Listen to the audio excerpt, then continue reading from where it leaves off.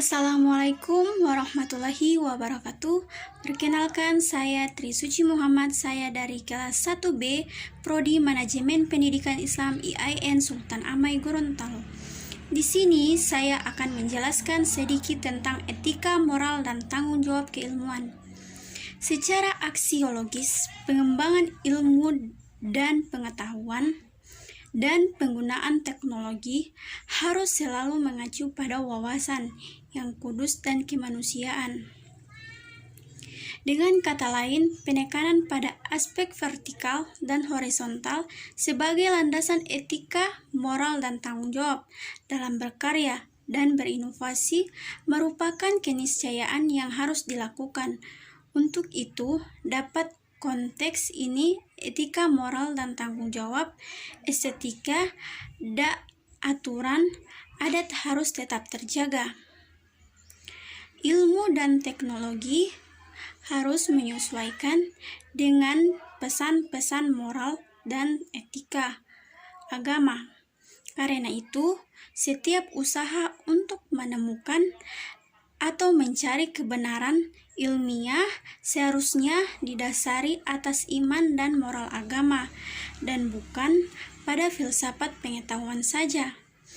Islam sebagai agama telah banyak memberikan petunjuk tentang eksistensi ilmu, arah pengembangan ke depan dengan tetap memperhatikan etika, moral, dan tanggung jawab keilmuan. Terlebih lagi, Islam yang di dalamnya Al-Quran merupakan ensiklopedia ilmu pengetahuan, sumber dari segala sumber ilmu pengetahuan. Jadi, dalam dunia Islam, Al-Quran merupakan landasan utama akhlak, moral, dan etika dalam pengembangan keilmuan agar ilmu dan teknologi yang dihasilkan tepat guna dan maslahat bagi peradaban manusia. Dan apapun yang dilakukan untuk pengembangan ilmu pengetahuan harus berdasarkan pada prinsip ibadah untuk mendapatkan ridhonya. Seorang ilmuwan harus mampu menilai mana yang baik dan mana yang buruk, yang pada hakikatnya didasari untuk mengharuskan seorang ilmuwan mempunyai landasan moral atau landasan etika dan estetika yang kuat sebagaimana penuntun dalam berkarya dan berinovasi. Untuk itu, etika ilmuwan merupakan etika normatif yang merumuskan prinsip-prinsip etis yang dapat dipertanggungjawabkan secara rasional dan dapat diterapkan dalam ilmu pengetahuan. Tujuannya, etika keilmuan dapat menerapkan prinsip-prinsip moral, yaitu yang baik dan menghindarkan kita dari yang buruk ke dalam perilaku keilmuannya, sehingga ia dapat menjadi ilmuwan yang mempertanggungjawabkan perilaku ilmiahnya. Etika normatif menetapkan kaidah-kaidah yang mendasari pemberian penilaian terhadap perbuatan apa yang seharusnya dikerjakan dan apa yang seharusnya terjadi, serta menempatkan apa yang bertentangan dengan yang seharusnya terjadi.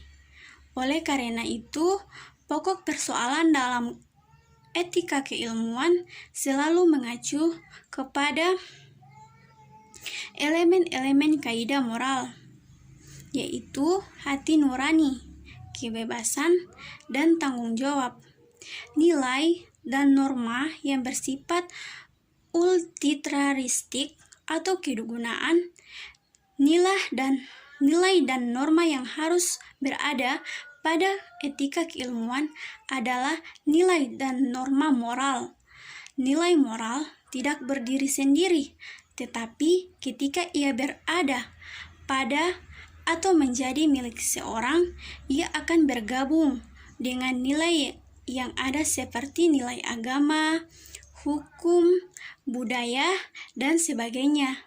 Yang paling utama dalam nilai moral adalah yang terkait dengan tanggung jawab seseorang. Norma moral menentukan apakah seseorang berlaku baik ataukah buruk dari sudut etis. Bagi seorang ilmuwan, nilai dan norma moral yang dimilikinya akan menjadi penentu apakah ia sudah menjadi seorang ilmuwan yang baik atau belum.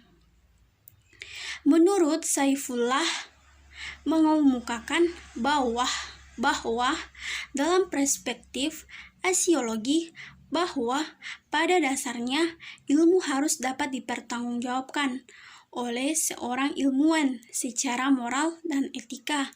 Dengan kata lain, ilmu harus mempunyai landasan etis atas moral-moral yang tidak bebas nilai. Selanjutnya, pada tataran aplikasi, ilmu harus dapat digunakan dan dimanfaatkan untuk kemaslahatan manusia.